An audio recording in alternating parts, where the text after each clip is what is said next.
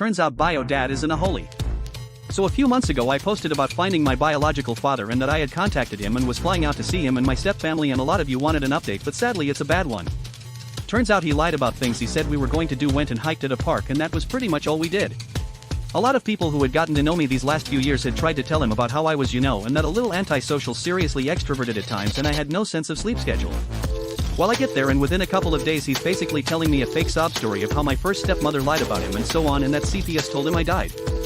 CPS supposedly telling my bio dad that I died really shook me up and I shut down, and then my stepmom, who I thought was a good person, berated me for shutting down, trying to make it out like my past trauma didn't matter compared to my bio dad's past trauma, and how she was disappointed in me for how I was acting.